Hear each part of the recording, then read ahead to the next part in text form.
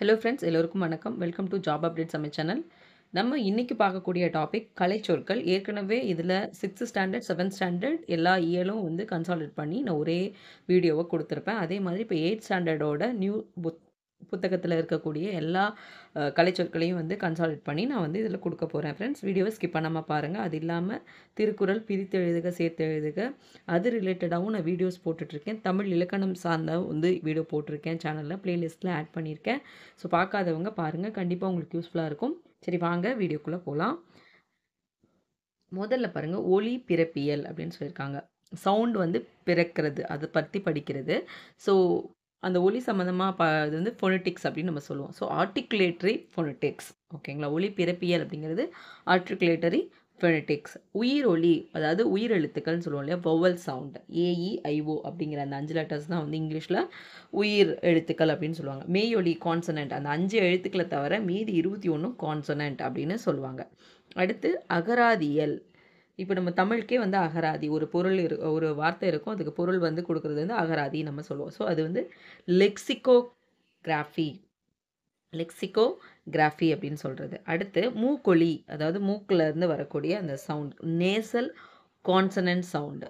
Nasal போர்டுன்னு சொல்லுவோம், மூக்கோட எலும்புன்னு நேசல் போர்டுன்னு சொல்லுவாங்க இல்லைங்களா, அதுதான், அது ஞாபகம் வச்சுக்கோங்க. Nasal consonant sound. அடுத்து ஒலியன், ஃபொனீம் அப்படிங்கிறது தான் வந்து ஒலியன். அடுத்து கல்வெட்டு, எப்பிக் அதெல்லாம் வந்து நம்ம ரைட் பண்ணி வைப்பாங்களே, ஸோ எப்பிக்கெல்லாம் எழுதி வைக்கிறது, ஸோ எப்பிக்ராஃப். அடுத்து சித்திர எழுத்து, அதாவது ட்ராயிங் மாதிரி இருக்கிறது, பிக்டோகிராஃப். பிக்சரு அதை எழுதுறது வந்து பிக்டோகிராஃப், ஓகேங்களா. அடுத்து பழங்குடியினர், ட்ரைப்ஸ். அடுத்து மலை முகடு அப்படிங்கிறது ரிட்ஜு, முகடு அப்படிங்கிறது ரிட்ஜு. அடுத்து சமவெளி அப்படிங்கிறது பிளெயினாக இருக்கும், சமமாக இருக்கும் அப்படின்னு சொல்கிறோம் இல்லைங்களா, ஸோ பிளெயின். அடுத்து வெட்டுக்கிளி அப்படிங்கிறது லோக்கஸ்ட். அடுத்து பள்ளத்தாக்கு, வேலி அப்படின்னு சொல்லுவாங்க. அடுத்து சிறுத்தை, லியோபார்டு. அடுத்து புதர் அப்படிங்கிறது திக்கெட், ஒரு மாதிரி எப்படி சொல்கிறது, அடர்ந்து இருக்கக்கூடிய புதர் நம்ம சொன்னால், அடர்னா திக்காக இருக்கும்னு நம்ம சொல்லுவோம் இல்லைங்களா, ஸோ திக்கெட் அப்படின்னு ஞாபகம் வச்சுக்கோங்க. மொட்டு அப்படிங்கிறது பட், நோய்ங்கிறது டிசீஸ், பக்க விளைவுங்கிறது சைடு எஃபெக்ட், மூலிகை அப்படின்னா ஹெர்ப்ஸ். அடுத்து ஆன்டிபயோட்டிக் அப்படின்னா நுண்ணுயிர் முறி அப்படின்னு அர்த்தம், நுண்ணுயிரிகளை வந்து முறிக்கிறது அப்படின்ற அர்த்தம் ஆன்டிபயோட்டிக். அடுத்து சிறுதானியங்கள் அப்படிங்கிறது மில்லட்ஸ், சின்ன சின்னதாக இருக்குது மில்லட்ஸ். மரபணு, ஜீன், இதுதான் வந்து எக்ஸாம்பிளாக வந்து சிலபஸில் கொடுத்துருப்பாங்க இந்த வார்த்தையை, மரபணுங்கிறது ஜீன். அடுத்து பட்டய கணக்கர் அப்படிங்கிறது யார், ஆடிட்டர். கணக்கர், ஆடிட்டர் ஞாபகம் வச்சுக்கோங்க. அடுத்து ஒவ்வாமை, இதுவும் கொடுத்துருப்பாங்க எக்ஸாம்பிளில் சிலபஸ் கொடுத்து, அலர்ஜி. அடுத்து கைவினை பொருட்கள் அப்படிங்கிறது கிராஃப்ட்ஸ். அடுத்து பின்னுதல், பின்னுறதுக்கு பேர் நைட்டிங், நிட்டிங் அப்படின்னு நம்ம சொல்லலாம். கே வந்து இந்த இடத்துல சைலண்ட், ஓகேங்களா. So knitting. புல்லாங்குழல் அப்படின்னா ஃப்ளூட். கொம்பு, ஹாரன் மாதிரி இருக்கும் இல்லைங்களா கொம்பு வந்து, ஸோ ஹாரன் ஞாபகம் வச்சுக்கோங்க. முரசுனா நம்ம ட்ரம் சொல்கிறோம். அடுத்து கைவினைஞர், அவருங்க வந்து ஆர்டிசன் அப்படின்னு சொல்கிறாங்க. ஆர்டிசன் அப்படின்னு சொல்கிறது கைவினைஞர். அந்த கூடை முடைதல், பேஸ்கட், கூடை வந்து பேஸ்கட் மாதிரி இருக்குது, so பேஸ்கட்ரின்னு.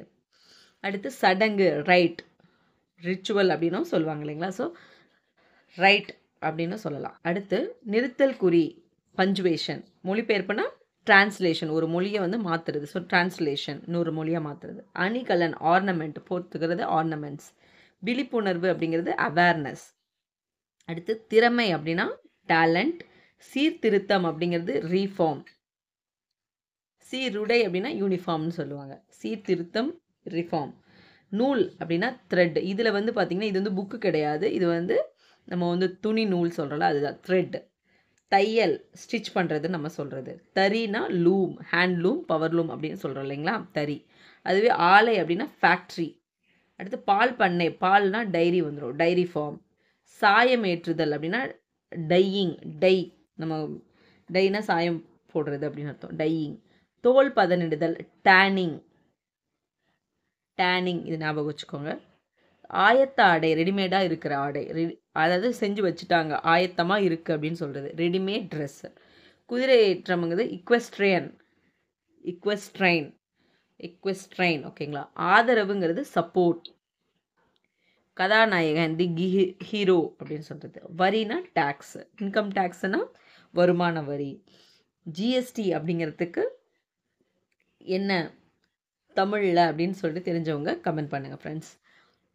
GST, goods service tax இருக்கு இல்லைங்களா, குட்ஸ் அண்ட் சர்வீஸ் டேக்ஸ், அதுக்கான தமிழாக்கம் என்னன்னு தெரிஞ்சதுன்னா, அதாவது தமிழ் சொல் என்னன்னு தெரிஞ்சதுன்னா நீங்கள் கமெண்ட் பண்ணுங்கள். முதலமைச்சர் அப்படிங்கிறவர் சீஃப் மினிஸ்டர். பிரதம அமைச்சர் அப்படின்னு சொல்கிறாங்கன்னா பிரைம் மினிஸ்டர். வெற்றிங்கிறது விக்ட்ரி. தலைமை பண்பு என்னது? லீடர்ஷிப்.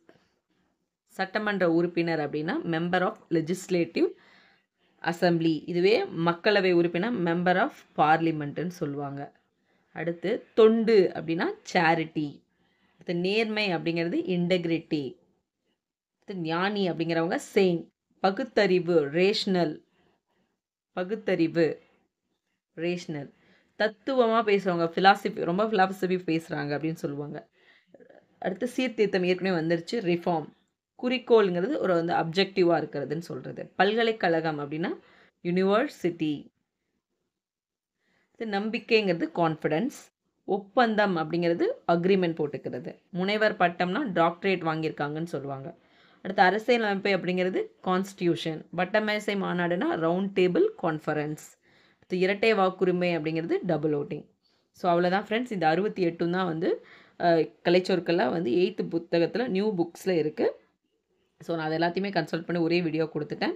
ஸோ இந்த வீடியோ உங்களுக்கு கண்டிப்பாக யூஸ்ஃபுல்லானதாக இருக்கும். உங்கள் ஃப்ரெண்ட்ஸுக்கும் ஷேர் பண்ணுங்கள், சப்போர்ட் பண்ணுங்கள் ஃப்ரெண்ட்ஸ். தேங்க்யூ ஃபார் வாட்சிங்.